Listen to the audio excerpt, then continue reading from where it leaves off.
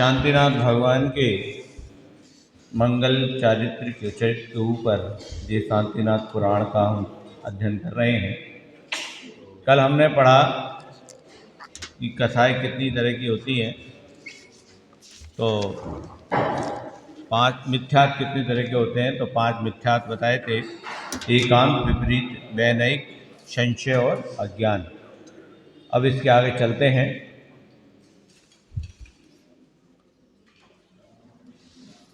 देव को देव, धर्म अधर्म, अज्ञान हो गया था। ये 5 प्रकार के मिथ्यात्व। वे मिथ्यात्व समस्त दोषों का खजाना है। यदि किसी को अपने दोष देखने हैं तो वो मिथ्यात्व को देखे उसके अंदर कितना मिथ्यात्व है। इसीलिए विद्वानों ने, बुद्धिमानों ने उनका त्याग सर्प के समान कर देना चाहिए। विद्वानों ने क्या कहा? जो बुद्धिमान है, जो आचार्य भगवान है, कि मिथ्यात्व का त्याग ऐसे कर देना चाहिए कि जैसे यदि आपने कोई सर्प पाल रखा है तो सर्प का त्याग कर देते हैं, ऐसे मिथ्यात्व का त्याग कर देना चाहिए। कितना अच्छा उदाहरण दिया है। क्या पाल रखा है? सर्प, सांप। उसका त्याग कैसे करते? अरे कोई सर्प पालने की चीज़ है? अच्छा, कोई सर्प पालता है क्या? जैसे सर्प नहीं पाला जाता, ऐसे ही मिथ्यात्व को नहीं पाला जाता। और यदि पाल भी लिया है तो उसका त्याग कर देना ही बुद्धिमत्ता है, क्योंकि सर्प किसी का नहीं होता। जो दूध पिलाता है उसी को सबसे पहले रसता है। ये सर्प की नेचर होता है उसका। तो ऐसे ही उसको त्याग देना बुद्धिमत्ता है। ऐसे ही मिथ्यात्व को त्याग देना चाहिए। इस मिथ्यात्व से पाप को उत्पन्न करने वाली मूर्खता और दुष्टता उत्पन्न होती है। जितनी भी मूर्ताएं, अंधविश्वास आदि और दुष्टता जो जीव के अंदर प्राप्त होती हैं, वो सब मिथ्यात्व के कारण ही होती है। जैसे कि कोई देव पशु बलि से खुश हो रहा है, कोई देव नर बलि से खुश हो रहा है, कोई देव अग्नि से खुश हो रहा है, कोई देव अमुक वस्तु से, ऐसी वस्तु अभक्ष वस्तु है उसको यज्ञ में डालने से खुश हो रहा है। तो इस तरह की जो दुष्टता आती है वो सब मिथ्यात्व के कारण ही आती है। इसलिए मिथ्यात्व का सर्वथा त्याग करना चाहिए। और इसी मिथ्यात्व से विवेक, धर्म का ज्ञान, चारित्र आदि श्रेष्ठ गुण सब नष्ट हो जाते हैं। अरे आज इतनी बातें मत करो भाई। इसीलिए हे भव्य, तू मोक्ष प्राप्त करने के लिए सब तरह के पापों को उत्पन्न करने वाले इस मिथ्यात्व रूपी पर्वत को सम्यक दर्शन रूपी वज्र की चोट से चूर चूर कर दे।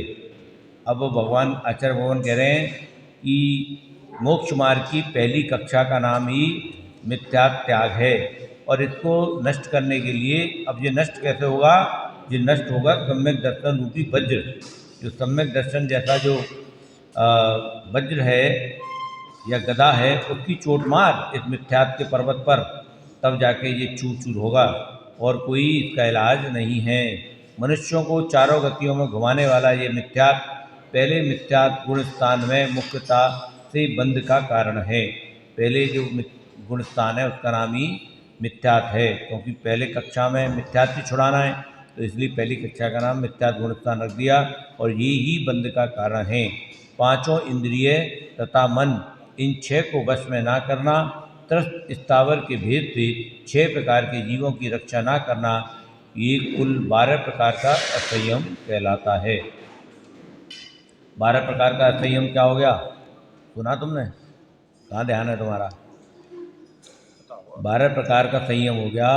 5 तो इंद्रिय और 1 मन। मन, हाँ, संयम, इंद्रिय 5 और 1 मन। और 6 प्रकार की जीवों की रक्षा करना। 6 प्रकार के जीव कौन कौन से हो गए? जल का एक, पृथ्वी का एक, अग्नि का एक, वायु का एक, वनस्पति और एक रस, वो बोलते हैं वो है नहीं, स्थावर, पेड़ पौधे वगैरह, लेकिन पेड़ पौधे जो होते हैं, तो इन सब में इनकी हिंसा न करना, इन जीवों के प्रति दया का भाव रखना, इनकी रक्षा न कर पाना, ये सब असंयम है। तो इनको वश में करना, मन को और इंद्रियों को वश में करना, तरस और स्थावर के भेद से 6 प्रकार के जीवों की रक्षा करना ये संयम कहलाता है, और इसको ना करना असंयम कहलाता है। जीवों का घात करने वाले पंचेंद्रियों के विषय में मन वचन काय इन तीनों योगों के द्वारा मनुष्य की जो उच्छल प्रवृत्ति है वे अशुभ आश्रम करने वाला असंयम कहलाता है। क्योंकि ये असंयम जो है ये मन से भी होता है, वचन से भी होता है और काय से भी होता है। इस प्रकार जो मनुष्य होता है ना वो उत्कृष्ट रहता है इनको करने के लिए। उसकी प्रवृत्ति ऐसी है कि वो बहुत मुश्किल है, जबकि वो क्रिया करेगा तो सोचता नहीं है, विवेक का प्रयोग नहीं करता, वो सीधा इनके घात ही कर देता है। और ये सब जो है क्या है, ये अशुभ आश्रम करने वाला असंयम है। तो पहला तो उन्होंने बताया मिथ्यात्व, दूसरा बताया असंयम। ये कौन बता रहा है? ये समुद्र में भगवान जो हैं अमित तेज राजा जो है उसको संबोधन कर रहे हैं कि क्या है संसार में दुख का कारण क्या है। तो उन्होंने पहला कारण बताया मिथ्यात्व और दूसरा कारण बताया असंयम। असंयम हो गया 5 प्रकार की इंद्रिय, एक मन और 6 प्रकार के तरस और स्थावर जीव।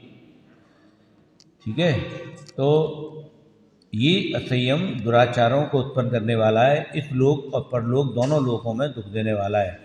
जो असंयम है वो जीवन के साथ में भी दुख देता है और जीवन के बाद में भी दुख देता है।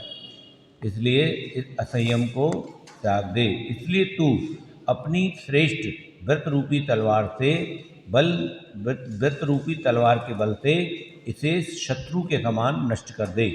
जैसे राजा युद्ध में अपने शत्रु को तलवार से नष्ट करता है, ऐसे ही हे राजन तू व्रतों को धारण कर और इन असंयमों को उसी तलवार से जैसे शत्रु को नष्ट करते हैं ऐसे व्रत रूपी तलवार से इन असंयमों को नष्ट कर दे।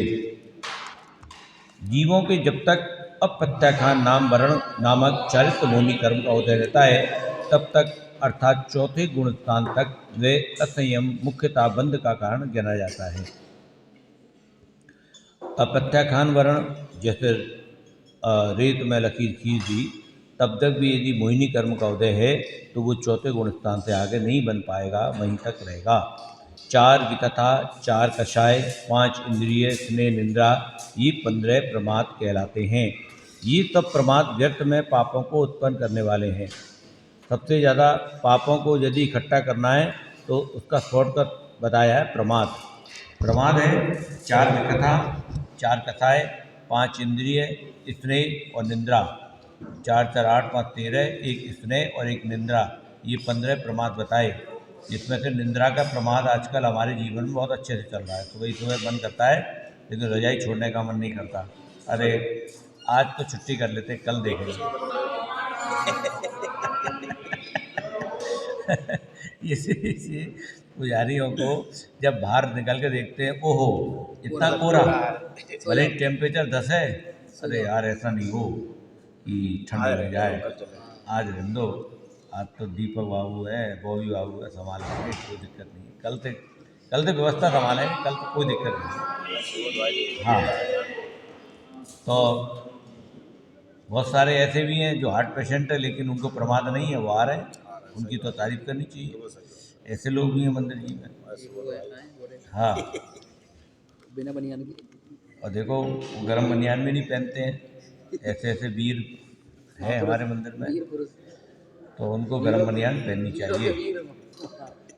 अब क्या कह रहे हैं, ये सब प्रमाद व्यर्थ में पापों को उत्पन्न करने वाले हैं और व्रतों का घात करने वाले हैं।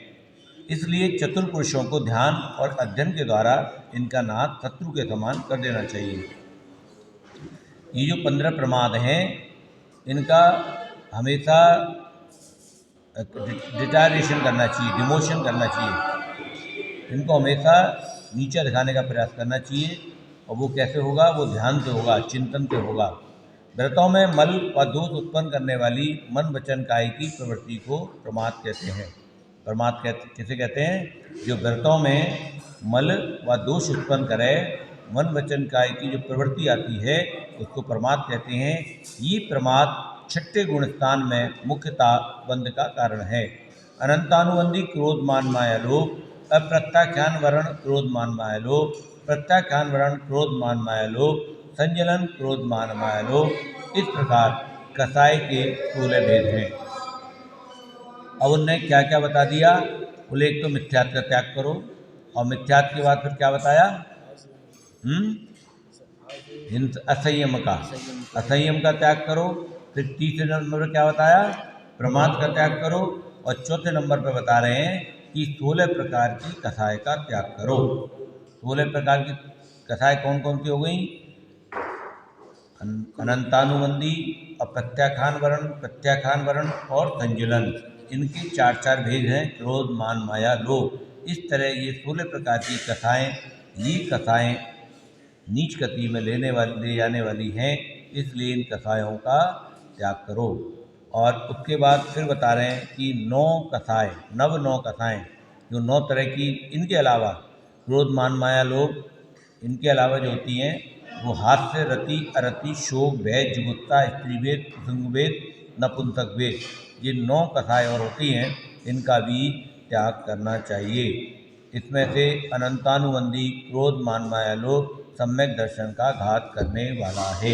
बोली शांतिनाथ भगवान की जय हो। या वाणी के ज्ञान से तुझे लोका लो, वो वाणी मन तक डरो।